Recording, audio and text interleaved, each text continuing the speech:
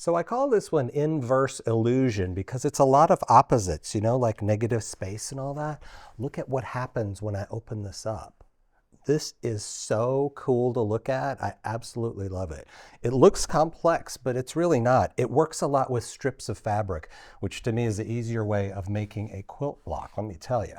So on this one, all I have is one fabric, one piece of printed fabric. It's actually one that we print ourselves, and whoever made up the name was very dramatic because it's called Vibrant Exquisite Floral Fabric. So how much more beautiful can it be, right?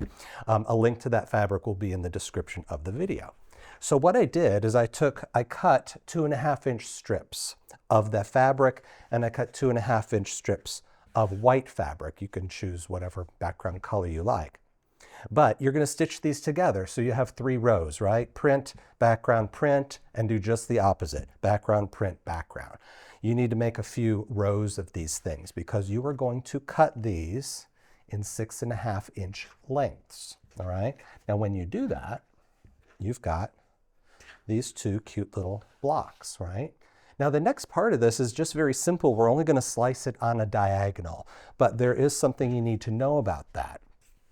I'm showing you some here, right here. 2 of these are the same, right? Print, print, and 2 of the background heavy ones are down here. First of all, make 8 of these. Cut yourself 8 of those 6.5-inch squares, because that's going to make half of this giant, it's going to make what you're seeing on the screen right here, these 2 quilt blocks, if you do 8 of these. So cutting on the diagonal, this side I cut on this direction, and on this side of the mat, I cut on this direction. And what that allows you to do is it allows you to match up some of these blocks. You see that? You see how those are matching up like that? It's kind of making a right-hand corner on each of those. So that's what you do with these. And then you stitch these together. You know, I'm going to stitch these 2 together, those 2 together, you know, and then I'm going to arrange how they look here. And if you look at my finished product, I focused on the small pinwheel in the center because that's the way I started to arrange them. I moved my small squares to the middle here, you know, and I'm going to just show you. I won't have all of them because I didn't do 8 of these for the demo.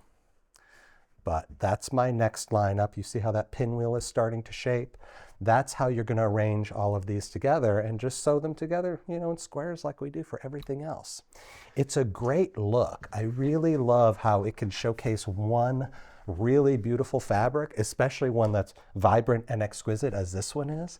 So I hope you will follow us on Facebook. Give this one a try. It's Inverse Illusion is what I call it. Subscribe to our YouTube channel. And as always, happy sewing.